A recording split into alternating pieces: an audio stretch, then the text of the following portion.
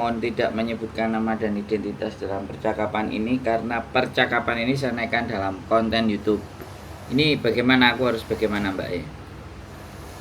Gini Pak, saya mau tanya. Boleh. Saya kan disuruh nyariin orang kan untuk TKL. Maksudnya kayak ada yang nawarin ada job ini gitu, misalkan. Terus itu sebenarnya beneran ada nggak sih job itu di Hong Kong untuk TKL? Kalau jobnya sebenarnya ada. Ya. Job TKL-nya ada. Terus? Udah, pertanyaannya cuma di situ. Atau gimana? Karena iya, saya udah dapat kemarin ya. Dengan dibebani biaya sekian lah. Berapa? Biayanya berapa?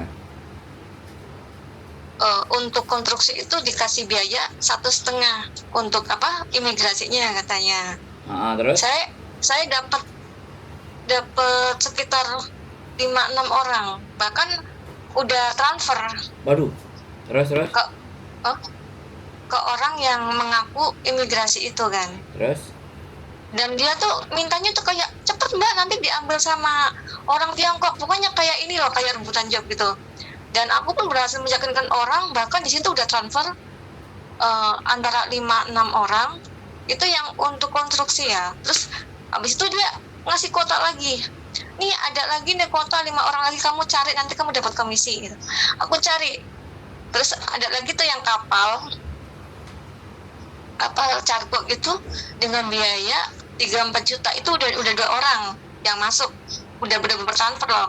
Dengan dia juga ngirim nomor kayak registrasi gitu katanya.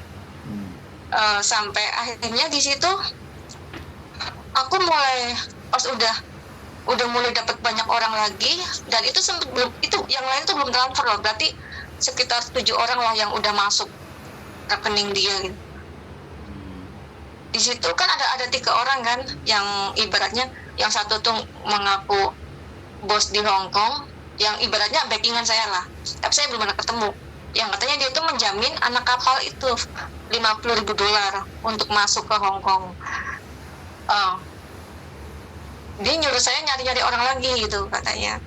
Terus kan pas udah masuk 7 orang itu, katanya udah kedaftar sama di imigrasi. Aku disuruh nyari orang terus-terusan.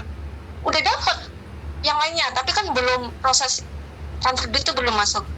Sampai akhirnya tuh di situ aku merasa keganjilan. Ganjilnya apa? Kok aku merasa antara kapten yang ngaku kapten kapal sama bos yang katanya bantuin saya, yang nyuruh saya nyari orang, sama itu yang mengaku agent atau imigrasi itu, kok kayak satu circle. Ngerti nggak maksud saya? Dan lucunya lagi, aku coba tanya ke masing-masing orang itu, kamu kenal ini nggak? Dia bilang kenal, tapi saya tanya balik ke orangnya, saya nggak kenal. Hah? Terus aku tanya lagi ke dia, kamu pernah ketemu si ini nggak? Bos ini. Dia bilang pernah ketemu 1 kali. Terus aku tanya ke bosnya itu, dia bilang nggak pernah ketemu, tapi dia bilang ketemu sama bapak loh. Oh iya, 2 kali pernah minum bareng. Aku di situ malah curiga, Pak, bentar gitu kan. Aku tanya nih, sebenarnya tuh orang yang bapak suruh cari itu diproses apa enggak nih? Masalahnya kalau sampai ternyata saya pernah kayak gini, saya yang resiko loh. Mereka terlalu yakin sama saya dengan harapan nanti kerja di Hong Kong dengan job yang katanya gaji 13.000, 14.000 itu loh. Karena uang itu udah masuk ke rekening kalian. Dan kalau sampai mereka nggak terbang, apalagi dibilang kayak gini, saya yang dikejar. Bener nggak Pak? Yoi. Iya kan? Sampai saya tuh udah di cancel aja semuanya, dan saya minta uang mereka dibalikin. Karena saya minta bukti pengurusan aja tuh nggak dikasih. Kan minimal walaupun visa belum keluar, visa masuk itu belum keluar, kan minimal tuh ada lah sebagian foto apa kayak gitu Pak.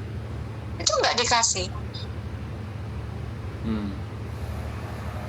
Terus mereka tuh kayak berusaha meyakinkan saya, ini lagi diurus Mbak, saya minta buktinya. Gitu aja sih. Kalau memang kalian itu benar-benar pihak agensi, atau kamu si penjamin, atau si ini benar-benar kapten kapalnya, Kenapa pas video call itu bukan di kapal, tapi kayak semacam kontrakan gitu. Aku kok curiga kalian tuh kayak satu circle.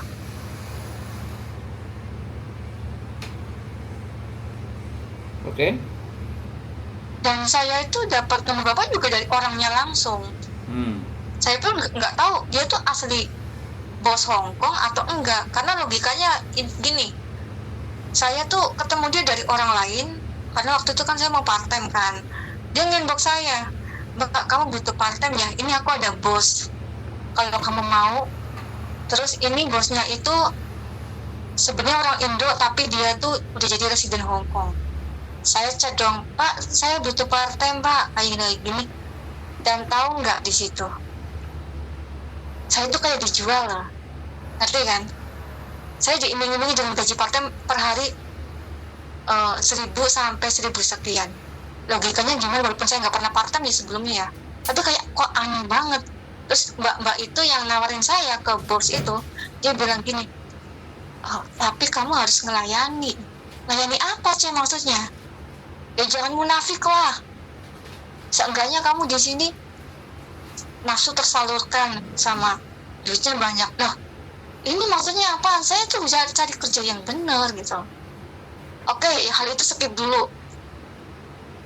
Tapi apa, setiap kali aku mau datang part time tiba-tiba di cancel di jalan. Terus si bos ini, kan saya kan gini, "Pak, saya mau masukin adik saya ke kapal Hongkong. Kebetulan ada kapten yang lagi butuh argen gitu, maksudnya butuh darurat buat satu ABK. Tapi dia posisi di Indo, dia pengalaman kapal Taiwan 5 tahun. Terus dia gini, "Ya udah, saya jadi penjamin aja." Lah, emang bisa Pak? Bisa lah, saya kan residen Hongkong, tapi harus keluar duit $50.000. Dia kayak gitu, katanya buat demi bantu saya. Saya sampai mikir gini, kok bisa Bapak percaya sama saya dengan kita nggak pernah ketemu? Gimana bisa saya Bapak mau menjamin adik saya di imigrasi dengan uang segede gitu, sedangkan kita nggak pernah ketemu sama sekali, cuma komunikasi lewat WA. Nah terus kan abis itu kan dia entah bener apa enggak ya, dia komunikasi sama dia, katanya ke imigrasi ngasih duit jaminan $50.000, tanda tangan legal apa, terus dia katanya ngirim data ke kantor kapal yang saya tuju itu, katanya udah beres katanya. Tapi dari sekian proses itu dia nggak nunjukin foto apa-apa. Sampai akhirnya dia nyuruh saya nyariin orang. Di situ saya kan kayak percaya aja sama dia, karena dia bilang kalau misalkan nanti kamu dapat komisi, kamu cari orang sebanyak-banyaknya. Tapi akhirnya pas aku mulai udah jalan setengah itu, aku mulai agak curiga, kenapa kok antara kapten kapal dan manajer kapal sama bos ini tuh kayak satu circle loh. Karena apa? Mereka tuh ternyata temen si mbak-mbak itu yang inbox saya nawarin part time. Ternyata itu satu kayak saling kenal gitu.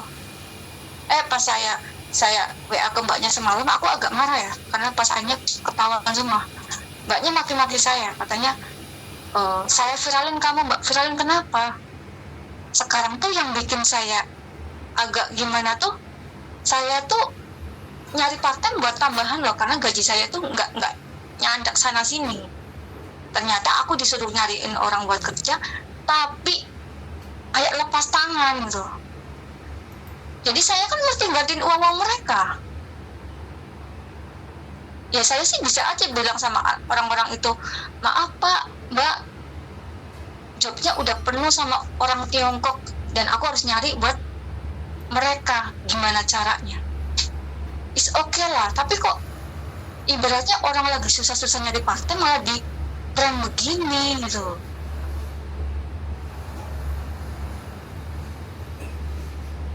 Halo? Iya. Udah? Iya, gimana? Giliran saya boleh ngomong? Boleh. Sekarang orangnya yang ketemu sama sampean itu ada di Hongkong.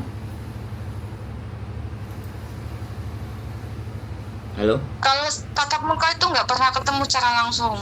Terus? Kita lewat komunikasi itu lewat WA sama Messenger. Hmm. Karena Terus? Ya, karena gini, pas aku mulai ngeh itu apa? Itu orang yang mengaku bos. Kan aku kasih nomornya ke teman saya video call lah, yang itu orang yang kapten. Aku sampai gimana bisa dua orang yang berbeda tapi video call satu orang yang sama gitu. Aku disitu apa nih maksudnya? Halo? Iya Pak, Semen berapa lama di Hong Kong? baru 9 bulan. Saya ex Taiwan sama Singapura. 9 bulan. Terus orang pertama mbak-mbak yang nyuruh sampean nganterin ke tempat part time itu sampean kenal? Kan sampean tanya sama mbak-mbak itu aku dapat dari grup BMI. Kan sempat aku bikin postingan info part time tapi yang nggak PHP, itu maksudnya yang asli. Lah dia itu inbox saya, nge-add saya. Infonya sampean sebut. Ada nih part time. Infonya fanpage-nya sampean sebut. Fanpage-nya apa namanya? Lebihnya. Ya, kan sampean dapat info dari Facebook. Mbak itu. Ya. Curhatan atau apa? Iya. Apa? Fanpage-nya apa?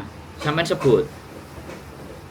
Curhatan BMI Hong Kong. Nah, curhatan BMI Hong Kong. Dan nama mbaknya ada namanya nggak? Animemus apa enggak? Nama Facebooknya dia itu Dinda di mana? Siapa? Dinda di mana? Oh, terus sampean inbokan ya sama dia di situ ya? Iya, dia DM duluan, katanya kayak gini. Terus kan dia minta nomor WA gitu.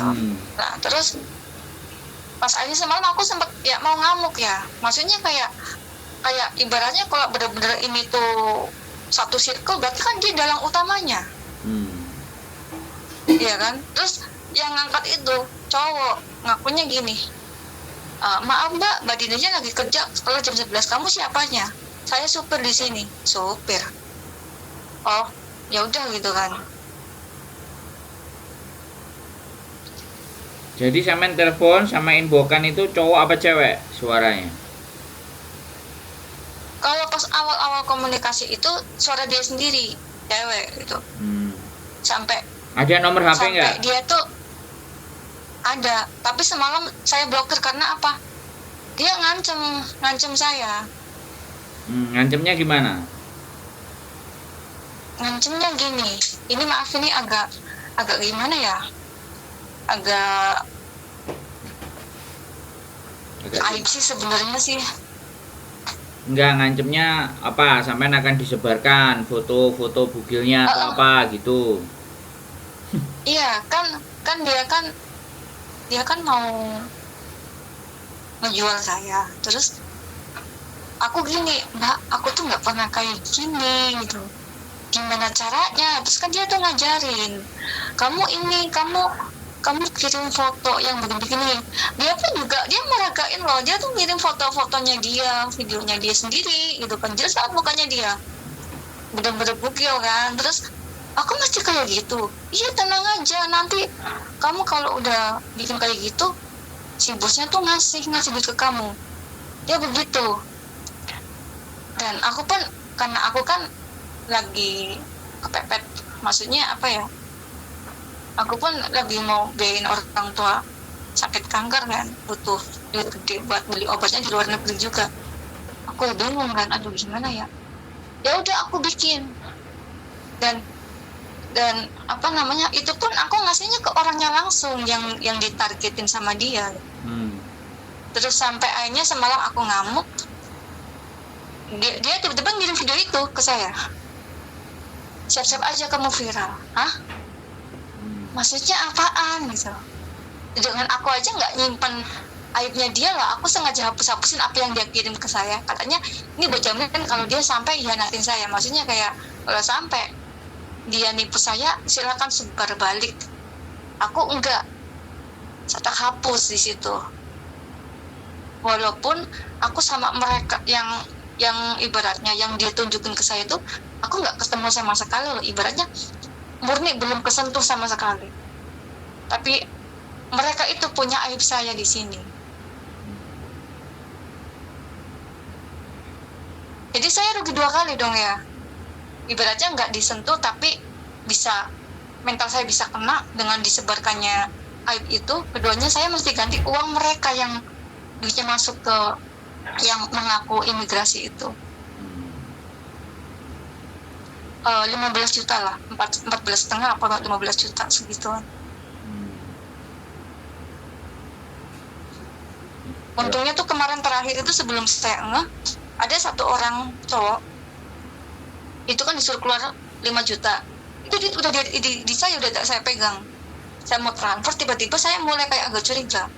Pas saya interogasi langsung marah-marah itu orang-orang itu yang 3 itu marah-marah ke saya.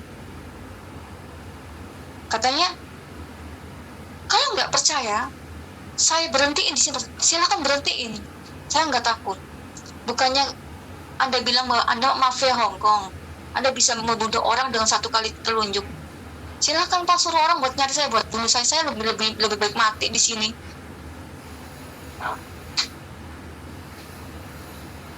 Kayak gitu nih sekalian. Saya nggak ngancam mereka, maksudnya kok tega gitu loh. Oke. Terus saya giliran ngomongnya kapan? Setiap saya apakah saya cukup mendengar sampean saja atau saya nggak perlu ngomong? Bagaimana kira-kira? Boleh ngomong. Nah, jadi kalau saya ngomong jangan dipotong ya. Saya mau Oke. kasih penjelasan clear-nya. Jadi gini Ya. Mbak, sampean itu orang yang saya bilang terlalu lugu dan terlalu polos. Kalau dari cara bicara, cara menceritakan, tapi sebenarnya dan aslinya saya juga nggak tahu, karena kita by phone, bisa dipahami nggak? Nah, saya nggak tahu Anda siapa dan seperti apa, tapi begitu sampean bercerita hal yang semacam itu, ya kan? Artinya penipuan dan modus-modus penipuan dengan cara transfer uang dan dengan cara seperti sampean tadi itu, sampean benar-benar tidak menyadari, sampean tidak memahami bahwa nomor-nomor yang sudah masuk ke dalam sampean itu sindikat gitu. Nomor-nomor yang masuk. Iya, Nah, Pak. kalau sampean semuanya itu nomor simpan dan sampean mau perkara karena ya tak anterin. Kalau sampean mau atau setidaknya kita mau bikin perhitungan dengan data dari nomor HP. Kalau nomor itu nomor Hongkong itu pasti ada pemiliknya dan pasti ada KTP-nya. Iya. Dan Nah, kalau ya, itu sampean memang. dengerin saya ngomong dulu. Saya belum maaf, selesai maaf, kan, saya tuh tadi bilang. Iya. Sampean butuh saya Iya, menjelaskan atau cuman pingin didengerin aja? Kalau pingin didengerin saya diam. Gitu. Saya butuh solusi. Nah, makanya kalau butuh kita akan bahas ini pelan-pelan gitu. Ya. Oke, Apapun Pak. ceritanya sampean kan sudah selesai. 17 menit, Yes. 18 menit sampean menjelaskan ke saya. Bagi saya sudah cukup Oke. memahami dari kasusnya sampean ini mau kemana dan seperti apa. Kecuali sampean mau ngomong Oke, Pak. sendiri sama saya 1 jam, saya harus dengerin. Itu beda persoalan. Ini setiap orang yang ngobrol sama saya itu harus kita cari solusinya bagaimana untuk persoalan. Bukan hanya nyebar-nyebarin sesuatu yang nggak benar. Kita penting adalah mencari sebuah solusi. Kalau sampean mau untuk solusi yang pertama, sampean bukti-bukti transferan dari para mereka-mereka yang calon mau bekerja itu sampean kalau bisa dikumpulkan kan, bagaimanapun sampean disuruh ganti kan, karena itu bisa nama transferan itu bisa dari Indonesia atau bisa di Hong Kong. Nah itu semuanya serba bisa dilacak kalau memang ada transferan. Kemudian foto-foto di saat sampean disuruh dan semuanya itu sebenarnya juga bisa jadi alat bukti untuk kita melaporkan siapa yang di nomor telepon tersebut, gitu loh. 1, ya kan? Itu semuanya harus sampean kumpulkan bukti-buktinya, ya kan? Sampean mengirimkan bukti chat, pembicaraan, semuanya itu buat landasan. Kalau sampean mau mempersoalkan masalah ini, Itu terlepas itu mau di Indonesia, terlepas itu mau di Hong Kong, tapi chat itu kan ada, dan itu kita gunakan sebagai bukti. Kenapa harus sampean hapus-hapusin? Harusnya dari awal ketika Ada, sampean masih ada. sebentar saya bilang, saya ngomong dulu, sampean cukup Ya, dengerin aja, nggak perlu bantah apa yang saya omongin, dan oke. jangan dipotong sebelum saya ngasih kesempatan sampean ngomong. Wong sampean tadi 18 menit saya ngomong, sampean tak dengerin kok. Bisa nggak sekarang gantian sampean dengerin saya gitu loh. Saya akan pasti kasih jeda untuk sampean balas omongan saya. Jadi semuanya itu harus ada bukti. Semuanya sampean bisa print, screenshotan itu semuanya bisa di screenshot, percakapan itu modelnya apa, baik itu orang Hong Kong ataupun orang Indonesianya atau orang manapun. Tapi dari bukti percakapan itu akan bisa menjadi alat bukti. Tinggal persoalannya sampean siap nggak untuk kasus itu yang pertama. Sekali lagi yang pertama, sampean bisa bawa ke polisi KJRI. Sampean berkonsultasi dengan beliau yang terjadi seperti ini kepada saya ABCD bla bla bla bla bla bla, dan bagaimana solusinya dari beliau. Dan satu hal sampean harus merekam sekali lagi ya, apa yang mereka lakukan, apa yang sampean tanyakan, dan bagaimana tanggapan beliau. Dengan cara, karena kalau kita masuk ke KJRI kan tidak boleh merekam dan tidak boleh memvideo ya, pandai-pandainya sampean. Jadi ditanggapi apa enggak. Terus yang kedua, sampean berangkat ke kantor polisi, ini sudah masuk ke ranah pemerasan. Sampean melaporkan, investigasi, buktinya semuanya bagaimana dan seperti apa, itu ke kantor polisi. Yang kedua. Yang ketiga, saya punya NGO. Sampean boleh datang ke tempat NGO saya, kemudian berdiskusi sama NGO. Kalau berdiskusi sama NGO itu pastinya mereka silent, artinya nggak akan disebarkan persoalan dan permasalahan sampean, tapi mereka justru ngasih solusi, ini pemecahannya harus gimana, dan orang-orang yang menjadi sindikat tadi itu bagaimana dan seperti apa. Nah, sekarang pertanyaan saya, setelah saya jelaskan 3 hal ke sampean tadi, bagaimana menurut sampean?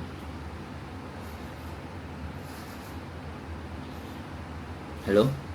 Ya, iya Pak.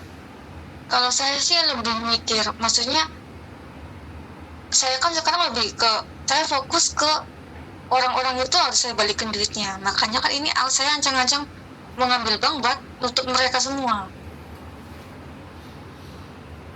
Karena saya pun nggak yakin kalau uang itu bisa kembali. Dan keduanya itu saya tuh takut kesebar gitu loh, yang masalah video itu. Sampean gini Mbak, saya kasih tahu ya. Kalau video itu asusila, jangan pernah Anda khawatir itu akan disebarkan. Dia hanya nyebarnya mungkin melalui WhatsApp. Dia tidak akan bisa menyebarkan melalui Facebook atau melalui YouTube. Semuanya pasti ke take down kalau itu memang benar-benar posisinya sampai telanjang bulat ataupun bugil. Itu tidak akan pernah bisa masuk. Ke Facebook langsung di-ban, ke YouTube langsung juga di-ban, ke TikTok juga bisa di-ban. Yang bisa masuk hanya ke Twitter. Twitter itu tidak ada banned.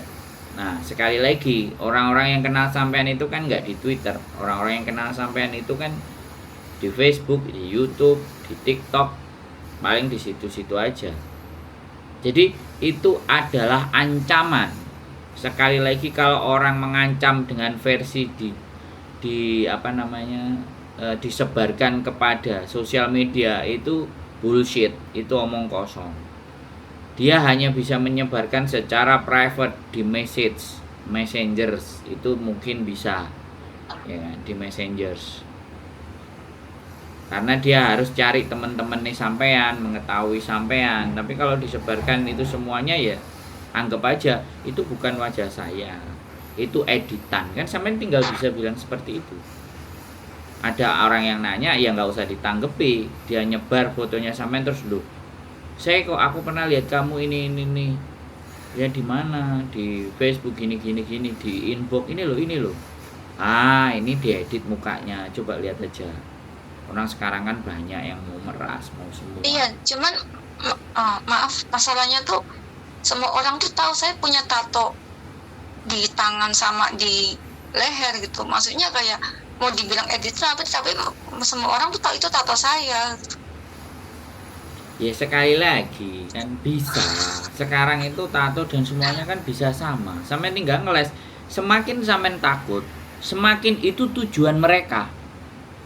Dan sampean sendiri tak kasih cerita tadi polisi KJRI, polisi Hong Kong, NGO. Sampean jawabnya malah saya fokus hanya mengembalikan uang. Artinya kan sampean juga tidak ingin memberantas orang-orang itu. Bisa dipahami nggak nih maksud saya? Terus sampean cerita sama saya hanya fokus kepada apanya ini, ketakutan sampean disebarkan foto-fotonya itu, ketakutan sampean hanya di situ. Tidak mau membantai mereka, menghajar mereka, membekuk mereka, padahal sampean adalah korban. Nah, ini loh yang kadang-kadang. Kalau sampean cuman telepon kepada saya dan kemudian saya sudah siap dengan solusi atas sampean, bahkan kalau perlu ayo kita perkarakan, itu saya udah ready. Tapi persoalannya sampean sendiri mau cari selamat aman, sedangkan orang-orang Bapak bisa bantu saya. bantu apanya?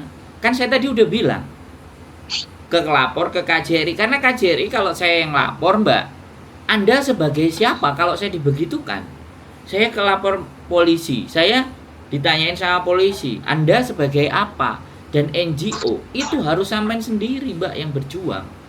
Saya mungkin hanya nganterin, saya hanya menunjukkan tempatnya, ini silahkan. Karena saya YouTuber, Mbak, saya tidak ada artinya kewenangan untuk membuat sebuah keputusan untuk intinya mencari. Tapi bagi saya mengantarkan sampean untuk berkasus ini itu yo ayo. Sampean cuma posisinya hanya takut aibnya tersebar. Mbak, sekali lagi, semua ancaman yang mau menyebarkan foto-foto yang nggak jelas itu hampir 90% nggak terbukti. Kalau terbukti itu paling cuma buat saudara-saudara, teman-teman yang dekat sama sampean, yang sampean sudah di TO. Sampean tinggal bilang aja, alah itu cuma editan, kan selesai urusan. Sosial media itu banyak sekali ada yang mau bikin resek, teman-teman. Kalian tahu sendirilah. Orang zaman now kan gitu. Sesederhana itu, Mbak. Tapi mental sampean, rasa takut sampean, kekhawatiran sampean, intimidasi dari mereka itu kuat mempengaruhi sampean, sehingganya sampean jadi oleng. Terus bingung, akhirnya nelpon saya. Prosesnya itu di situ, Mbak. Bisa dipahami nggak? Bisa. Nah, dan sampean juga saya rasa sekali lagi, baru nonton konten saya itu baru, bukan sejak awal dari sampean masuk dari Hong Kong, sudah 9 bulan, sehingga sampean jadinya kena jebakan Batman. Saya nggak pernah buka YouTube soalnya. Nah, sampean makanya kena jebakan Batman itu loh. Nah, aku nggak ngerti sampean dapat nomor saya kan tadi bilang dari dikasih sama temen kan? Dari orangnya langsung, Pak. Loh. Dari dia yang mengaku bos-bos itu. Terus ngasih nomor saya. Iya, katanya kamu kalau nggak percaya sama saya, ini saya kasih nomor ini. Nomor siapa lagi ini? Katanya kamu tanya aja ada job Hongkong apa enggak. Tapi mereka tuh kayak satu circle yang muter-muter aja gitu, Pak. Lah, sekarang saya tanya, kalau sampean nelpon mereka kemudian nelpon saya, ini kan akhirnya kayak jebakan-jebakan Batman, ya kan? Dan saya nggak mengenal mereka loh, Mbak. Saya pun bisa cari nomornya sampean siapapun, saya bisa cari loh, Mbak. Ya kan? Sampean katanya tadi sampean ngomong kan nomor saya dapat dari mereka. Artinya mereka itu kepingin mengadu sampean sebagai korbannya mereka, terus dilaporkan, suruh ngomong ke saya. Nah, sekarang kalau saya ngomong hal yang semacam ini, apakah saya jadi bagian dari mereka? Kalau katanya sampean dapat nomor telepon saya dari mereka. Mereka tepuk tangan kalau ini sudah saya naikkan ke konten. Nah, ini korbannya kena di sini. Kalau sampean bersedia kasih 3 nomor tadi, ayo kita berangkat. Ayo kita laporin. Itu kalau sampean punya nyali lo ya. Tapi kalau sampean nggak punya nyali ya sudah, saya nggak bisa membantu. Saya berani nge-SS semuanya. Saya kirim ke WA ini kan Pak ya. Nggak, saya nggak butuh ke saya. Karena sampean korbannya, sampean yang harus saya bawa. Kalau sampean sendiri nggak mau melaporkan dan sampean nggak mau ngajak ribut, sama aja bohong, Mbak. Karena saya bukan korban nih, Mbak. Saya bukan korban. Saya itu pernah lapor ke polisi KJRI, bertanya sesuatu hal aja, ya namanya polisi akan harus memverifikasi. Anda bertanya seperti ini, Anda itu sebagai apa? Nah kayak gitu coba. Ngerti nggak maksud saya? Ngerti Pak. Kita mau bantu orang itu nggak bisa kalau nggak orang itu sendiri yang mau ngelapor. Makanya sampean yang tak anter untuk laporan. Daripada saya ditanya, aku gak jadi korban, kamu hanya awu-awu aja, cerita nggak bener, nggak beres. Nah mending sampean yang jadi korbannya, ceritakan semuanya kronologisnya. Apa yang terjadi seperti apa, kalau memang sampean mau. Sekali lagi kalau sampean mau, saya tidak mau paksa, ya kan. Tapi kalau sampean cuman diancam mau diviralin dengan foto-foto yang itu hanya senjata. Diviralin ya diviralin, namanya berita itu viral itu berapa lama? Udah, kalau ataupun ada yang screenshot semuanya, pasti Facebook akan take down automatically. Gak akan bisa itu, kecuali mereka ngeblur. Jadi di blur, ya kan, dikasih tahu hanya pada bagian ciri-ciri dan tanda-tanda itu kan aja bisa ngeles. Sampean bisa ngomong, tato kayak gitu kan banyak. Nggak cuma saya aja, ngomong aja dengan santai, walaupun sampean itu ngerasa bahwa itu adalah sampean tinggal slow aja, santai aja, karena apapun itu sudah terjadi, mau diapain.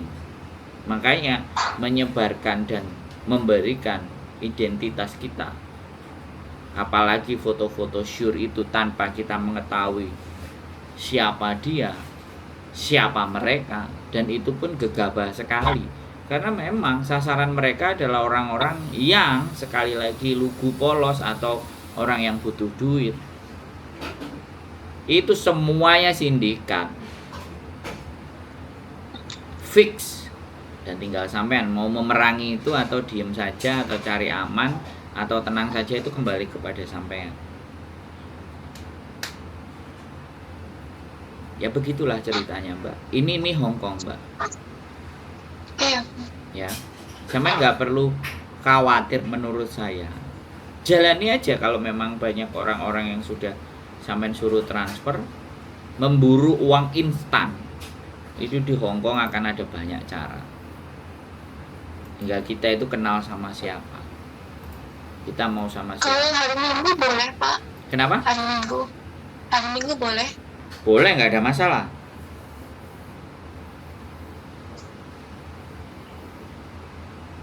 Jadi kalau misalkan untuk sekarang itu ini saya kirim nomor-nomor itu gimana Pak ke Bapak, terus hari Minggu oke lah saya keluar gitu, maksudnya ngurus soal ini.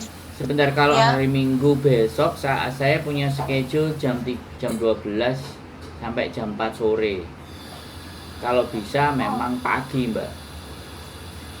Pagi jam berapa Pak? Atau sampean berangkat sendiri atau berangkat sama saya?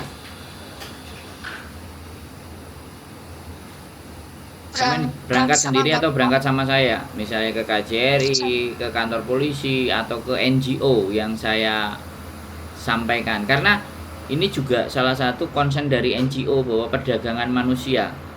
Jadi modus-modus perdagangan manusia ini bisa kena. Jadi sampean kan dipancing-pancing untuk melakukan ini melakukan itu, dan mereka akan sampean dicoba untuk paten yang tidak pada semestinya, itu kena itu pasalnya. Kalau sampean bisa ada semuanya komplit, saya bisa antarkan sampean. Cuman aku nggak tahu kalau NGO-nya hari Minggu dia buka apa enggak, tapi saya kenal orangnya. Saya bisa kasih nomornya sampean untuk berkomunikasi sama beliau. Itu jauh lebih Oke, enak. Pak. Ada 3, pokoknya ada 3 hal. Ada 3 Ya. hal.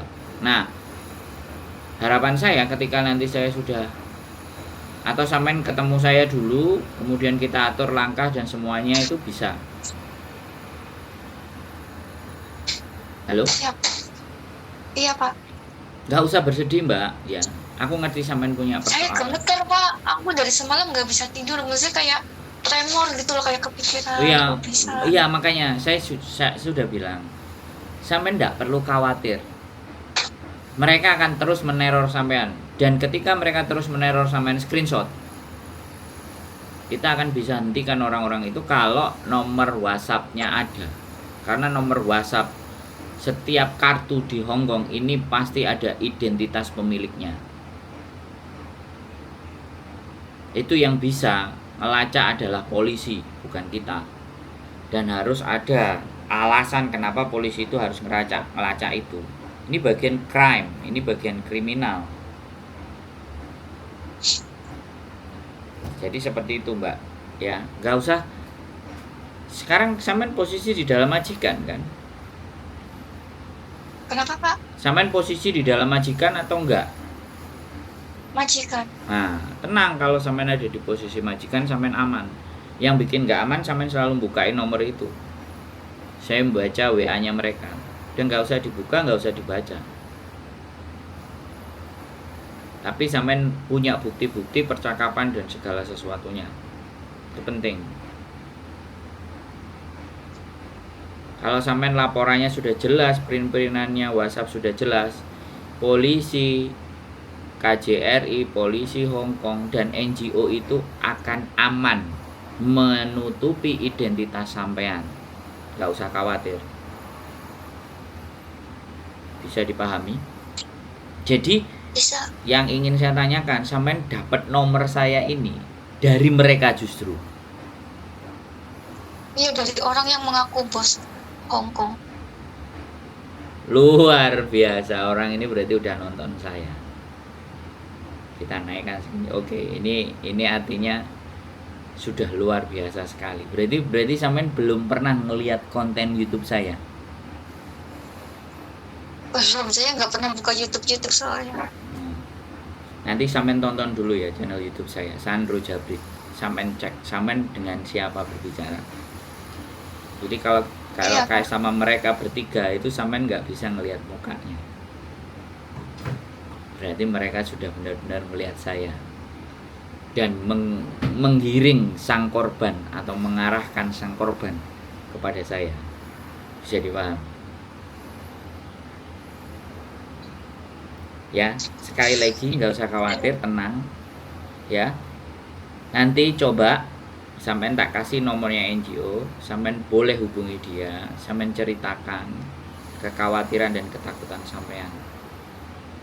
Karena NGO itu bisa melakukan sesuai tugas dan jobnya dia, membantu teman-teman yang punya masalah, apalagi berkasus. Bisa dipahami? bisa. Ya. Oke, kalau kayak gitu, Mbak. Mas, sampean masih nangis? Masih sedih? Enggak. Masih takut? Masih khawatir? Atau masih galau? Gak usah ada yang dikhawatirkan, Mbak. Sampean tenang di dalam majikan. Dia tidak akan nyebarin apapun itu. Kalau ataupun nyebarin itu jelas mentah. Itu sosmed itu saya blokir semua karena saya takutnya tuh berteman sama saya terus tahu ngupload terus ngetik ke saya gitu. Takut banget saya itu. Ya sudah, kalau sampean nggak mau, nonaktifkan sosial media sampean semua. Kalau sampean masih ngerasa nanti sampean khawatir, dinonaktifkan aja semuanya, bisa selesai kok. Iya. Itu bukan persoalan yang sulit kalau sosial media. Bikin akun baru lagi yang tidak menampakkan muka sampean juga tetap bisa bermain kalau cuman Facebook aja. Tunggu aja nanti dia mau menyebarkan di mana. Akunku dihack, akunku dihack. Nah, bisa jadi kan sampai nulis kayak gitu. Sesimpel itu, Mbak. Bisa dipahami nggak? Bisa? Ya. Oke? Oke. Siap? Kabar-kabar, Mbak. Nanti kalau sudah tenang untuk mengatur strategi dan langkah. Oke? Iya, Pak. Siap. Oke? Semangat ya, berdoa ya. Memohon ampunan sama Gusti Allah ya. Apa yang sudah kita lakukan. Biar hati sampean tenang. Tidak ada tempat tertenang yang ada di muka bumi ini selain kita memanjatkan doa. Ya, nggak tahu apa keyakinan sampean, tapi berdoalah. Ketika sampean berdoa, maka ketenangan hati biar ada dalam diri sampean. Ya. Tuhan dan Gusti Allah itu cemburu sama sampean, sehingga sampean dibawa ke hal-hal yang benar untuk sampean kembali kepadanya dan sadar. Oke? Halo? Oke. Ya, cuci muka ya. Jangan sampai majikan tahu sampai nangis ya. Permasalahan ini bukan permasalahan yang besar. Pasti sampean bisa menghadapi. Kita akan coba bantu mengurai masalah sampean ini seperti apa dan bagaimana. Memang sindikat akan begitu. Sampean baru 9 bulan. Kalau udah sama majikan baik, aman-aman, ternyata gangguan dari luar banyak sekali. Ya, sekali lagi berteman dan berkumpullah, atau jangan cari sesuatu yang sifatnya instan. Kalau sesuatu yang sifatnya instan mengandung banyak MSG atau vitsin atau penyedap rasa, dan itu berbahaya buat tubuh kita ya. Sama, cari duit pun sama. Jangan gampang tergoda dengan sesuatu yang instan ya. Oke, Mbak, ditenangkan hatinya, cuci muka, jangan sampai majikan tahu sampai nangis, pasang senyum yang bagus buat majikan ya. Tetap tenang. Semuanya pasti akan ada masanya untuk bisa berlalu. Cepat dan lambat masalah ini selesai tergantung dari sampean sendiri. Oke, bisa saya matikan handphonenya ya. Oke. Makasih ya, Pak. Oke, semangat ya. Sehat selalu. Jangan lupa berdoa. Keep stay tune my YouTube channel, oke?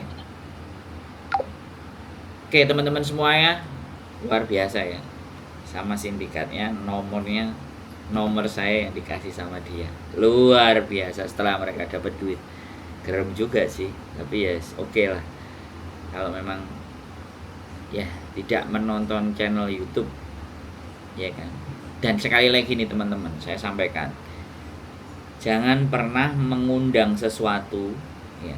Saya mau cari ini, saya mau cari itu, saya mau cari itu, terus ada yang mengiming-imingi, dan itu dari grup fanpage. Sekali lagi saya ngomong, grup-grup Facebook ya, karena mereka lah menjaring para korban ya, yang sok-sok lugu ya, yang butuh uang, yang butuh apapun. Kalian selalu kalau dilihatkan di YouTube, YouTube cari uang. Di fanpage sosial media itu jauh lebih kejam. Ini tadi buktinya ya. Saya nggak ngomong teori, tapi sudah ada yang bercerita bahwa hindari itu semuanya fan page. Oke, keep stay tune my YouTube channel and see you next video. Bye bye.